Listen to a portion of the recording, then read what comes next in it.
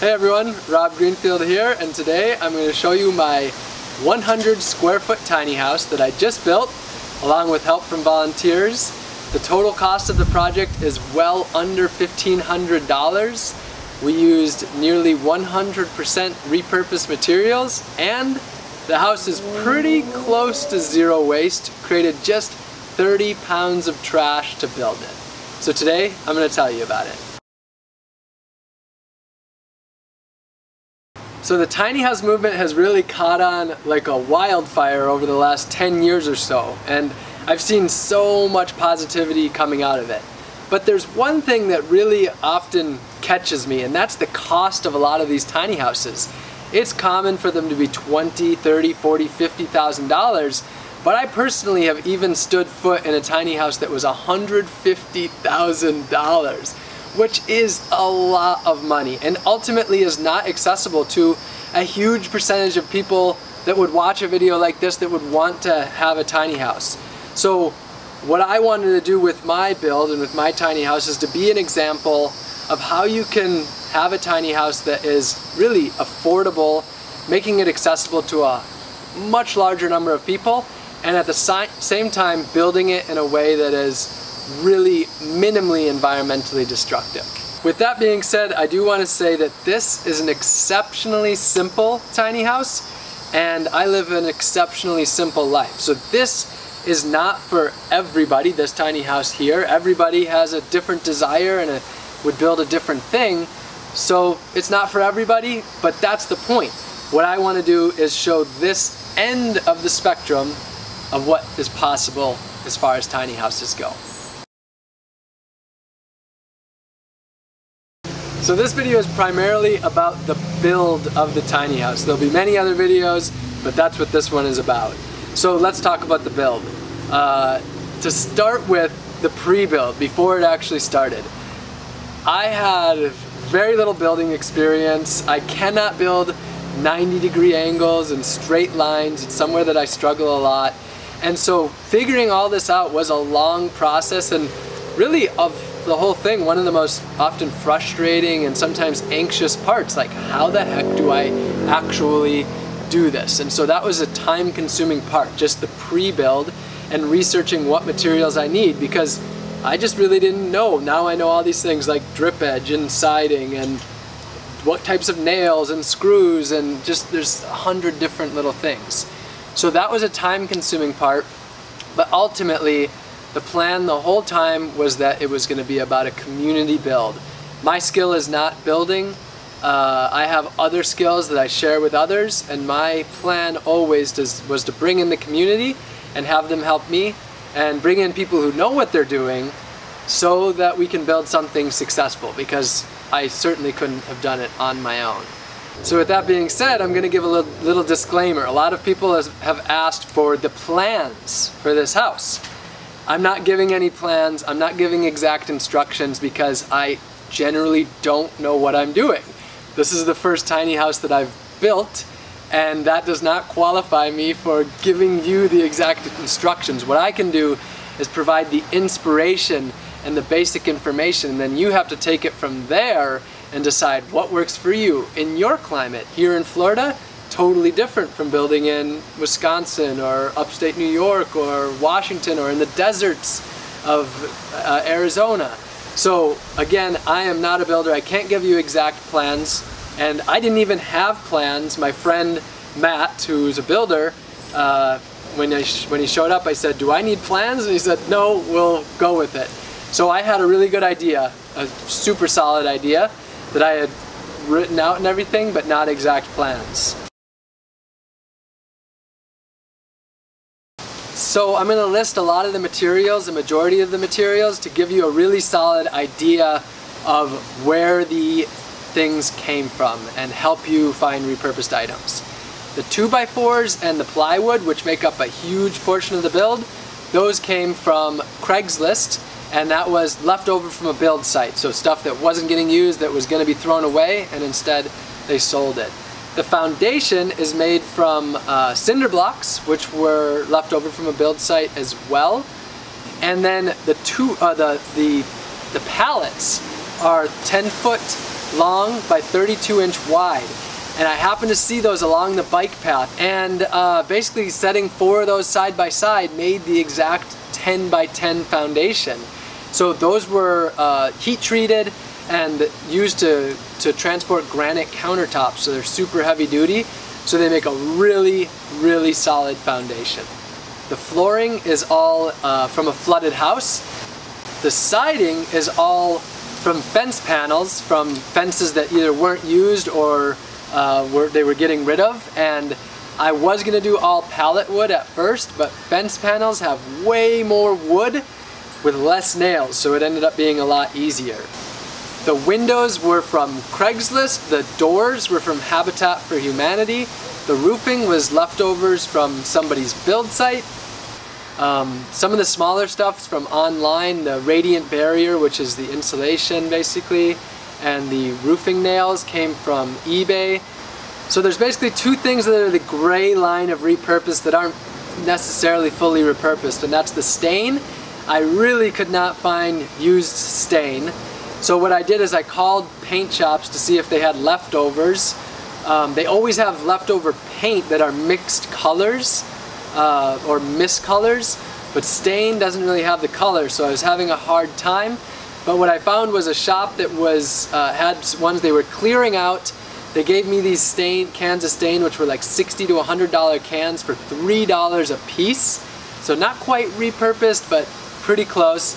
And then the nails and the screws and the staples, I got some of those used from Habitat for Humanity and from miscellaneous places, but a lot of them came from my friend Matt, who's the builder, who had a ton of extra. So he said they were all extra. Maybe they would have gotten used on one of his builds, maybe not. So another gray area as to whether they're repurposed. But for sure, by weight, 99%, and by cost, 99% of this house is repurposed, to say the least.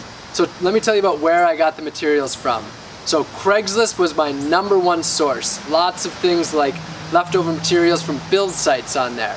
Habitat for Humanity Restore, which there's about 5 here in Orlando, and they're all across the country, getting used materials there. eBay for online materials, smaller things like the roofing screws or the lightweight insulation called radiant barrier, things that could be mailed. And then there's all sorts of other online local websites. There's Facebook Marketplace and groups on Facebook. Other sites like Let Go, Offer Up, Next Door is an amazing one. And there's Freegal and FreeCycle. So there's many different sites, and that's just what I used in this area. I actually didn't use Freegal or FreeCycle, but those are 2 really great sites. So there's many sites out there, and those are just an example of some of them. There's yard sales. I got a lot of stuff just on the side of the road, stuff that people were throwing out on their curb. And then stuff left over at construction sites, the construction dumpsters, hopping into some of those. Definitely don't stop there. Every single locality is different. In Gainesville, for example, there's something called the Repurposed Project, which is an amazing place, and there's similar things like that around the country. There's thrift shops. There are flea markets, which can be an amazing place. There's these discount outlets that get leftover materials from construction and industry, so looking for something like that. Garage sales, the list can really go on, so do your due diligence and see what's in your area. And again, every area is going to be different. So now I'd like to talk about the actual building days. I mentioned that I'm not a builder. I can't build straight lines and 90-degree angles. It's just something I really can't do. And to do this on my own would have been possible, but it would have taken over my life for a really long period of time. So what I decided to do is organize volunteer days where people could come together and help me build my tiny house. And the way that I personally live my life is I live trying to be of service to my community and others at all time. And what I've done is I've tried to create a currency of giving, of goodness, of sharing. And so because I have done that, people came together and really came together to help build this house. Now, at the same time though, it wasn't just altruism, people coming and just giving their time. I created something that they wanted to be a part of. It was people that were interested in building a tiny house themselves, interested in building anything, interested in just community, coming together with like-minded people. And so everybody who helped really got something out of this. And so again, it wasn't just altruism, it's helping each other meet our needs, helping to do things that are fun and exciting in a way that's actually really productive. So we did 2 volunteer weekends. The first one was a Saturday, Sunday, Monday, and the second one was a Saturday, Sunday, so total of 5 days. About 40 volunteers came out, and together we worked about 250 hours. So 250 hours would be 14 days, morning till, for 24 hours a day for one person. So basically that's, if it was 8-hour days, you're talking about 6 weeks. So I could have feasibly built this in, like, let's say 3 months on my own, but instead we did all of this in 2 weeks. And had I tried to do it on my own, I mean, to be honest, without people who knew what they were doing, I would probably have a very dilapidated rundown. It would be decent, but it wouldn't be half of what it is. So I'm so thankful for all the volunteers. Thank you all so much to everyone who came out, and that's really what I would recommend for people that are interested in building a house, tiny house. Put it out there to your community and bring people together in community to do it together. And if you think about it, we did this in 2 weekends. You could feasibly, with a network of friends, build all of each other's houses in a period of a year or 2 by working together on your weekends. So it is truly powerful what community can do.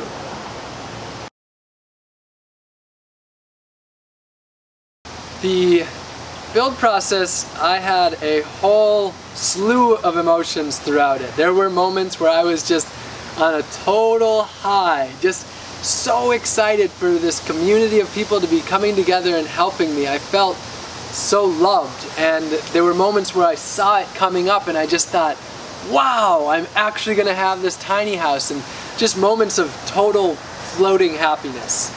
And then there were moments of just despair, just, you know, the yard just full of all of these materials, these pallets coming apart, these fences coming apart, and having so many materials and so much to do, and just feeling like, will I ever be able to finish this? Will it ever be able to end? And you know, there were just total moments of just despair, and so these total highs and lows.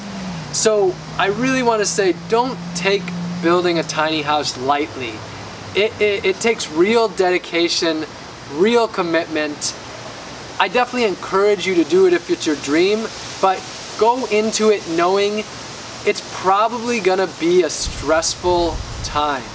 So I would recommend trying to be really present, having those times where you set aside knowing that you are going to be building and doing it, and then being able to step away when you need to step away. That was the part that I had the hardest part with, was stepping away. I have this sort of OCD of wanting to finish everything that's in front of me. So for me, working on being able to step away was really important. So, you know, go after it with excitement and exuberance, but definitely be cautious and know that it's going to be stressful, probably. If it's not, you are amazing. And I also want to say that working with repurposed materials is really fun and super rewarding, but at the same time, that added to the stress a lot for me, because so much excess materials had to be brought in for pulling things apart, like the pallets and such. So you have so much more going on, and the work is tripled or quadrupled, would maybe be an understatement depending how it goes. The work may be 5-10 times more working with repurposed materials, whether it's the time that it takes to gather it, take things apart, fit things together. So take that into account with repurposed materials, that it drastically adds the time. But for me, I wouldn't have felt good doing it any other way. I can feel proud of this. If I had just went to the big box store and bought all the materials, I just wouldn't be in love with this like I am. So let's talk about waste. How to not trash the planet while building your tiny house.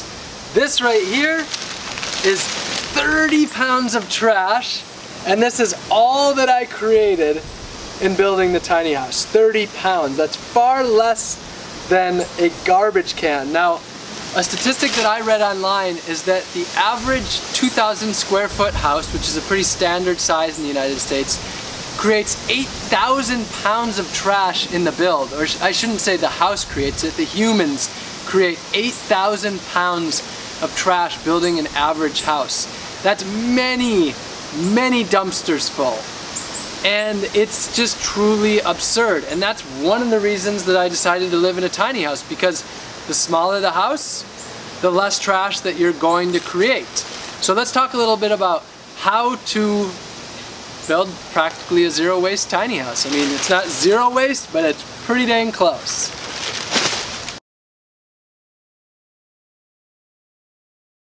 So I'm going to go through some tips on how to create less trash when building the tiny house. So first of all, plan. The better planning you do, the less likely there is to be waste. Another one is be careful. A lot of waste comes from doing things really quickly and making mistakes. So minimizing your mistakes will mean less miscut pieces and such. Probably a good half of this 30 pounds is because of one miscut on the roof underlayment. So being careful is helpful. But repurposing things. So let's say you do have a miscut. Well, that's where repurposing comes in. So the 2x4s, for example, the shorter pieces, the leftovers, those are going to be used for building for the compost toilet, for the shelving, for little stands, for the table. So repurposing things within the build and inside the house, that's a really important one. There are a lot of people out there doing projects with repurposed materials. So with excess materials that you can't use, you can list them on websites like Craigslist and the many sites that I listed earlier, so that other people can use them, can come pick them up and get them. You can also donate excess materials to Habitat for Humanity. I biked over with a lot of my excess materials and donated it to them. Donating to thrift shops for certain things that could go there is another option. Finding people doing projects in your community, maybe talking to your friends, seeing if they need items. Of course, recycling, so like the bent nails and screws, that sort of small stuff that's hard to be used, that's metal that can be recycled. And then there's also putting stuff out on the curb with a free sign. And when I do that, I also put it online and say people can come and get it, and it goes a lot faster. Now, make sure you don't put it out on garbage day so that it just ends up getting picked up by the garbage truck. So when I put it out, I made sure it was days away from that, and if it was going to be garbage day and there was still stuff there, I would bring it in so the garbage truck didn't actually take it. And the interesting thing about this whole project is that my most down moment of the whole thing came from when I was worried about how much trash that I was going to be making. I had all this excess materials, and I just thought, oh, I mean, I have these morals and these ethics when it comes to making trash, and I'm just going to make all this trash. And I just had this horrible down moment, and I got through it, and then I did everything that I just told you to do. And the interesting thing is that the other end of it, following through with my morals and ethics, was the highest moments of the entire thing. A lot of times I would see the people out in the driveway picking up the stuff, and I'd go out to talk to them, and I just had these amazing conversations with complete strangers. And this woman, Kim, for example, who came from Craigslist to bring stuff, before she came, she offered to bring me breakfast since she was getting free materials, which was just amazing. She came over to get materials. She was building her own little privacy room, and she taught me how she even, hammers out the nails to get them to be straight.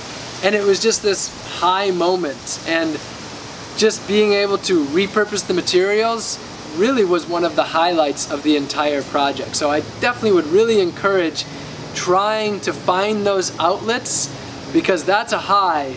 And the dumpster, it's a quick fix, but it's kind of a low.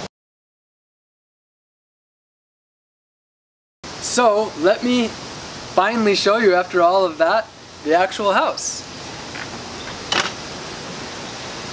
So just to give you a little bit of an explanation of sort of the exterior, all of this, these are those fence panels that I was talking about. This side's stained, this side's not, but fence panels are largely weatherproof. They break down over time, but these will get the job done for a while. This is trim that I made from 1x6s and 1x4s from the leftover construction site. The roof above is corrugated metal. I have drip edge along the side. That was in my friend's garage, as I said, for 15 years, and he had it sitting around for that long. Pallets are creating sort of the porch as of now. It'll get bigger. The doors these are from the Habitat for Humanity. The windows from Craigslist. So that just gives you a little bit of idea here of the outside, but it really is pretty simple. So let me show you the inside. So this is it. It is small, as I said, 100 square feet, but I think it's right for me. There it is. It's not so large. And the inside is not done yet, so in a future video I'll give you more on this once it's actually done, but I just want to show you a little bit of it because I'm sure you're probably interested. One of the most important things, or the most important thing, is the bed. This will be up on a raised box that I create, which will have tons of storage underneath it. So that will be the bed for now. It pulls out like that, and it's super comfortable. Right now I sleep with all the doors, all the windows and the door open, and I just have this mosquito net. I'm gonna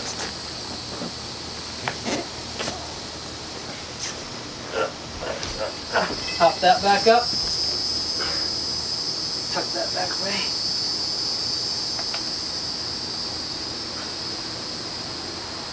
Okay, so the walls, as you can see, they're not done either.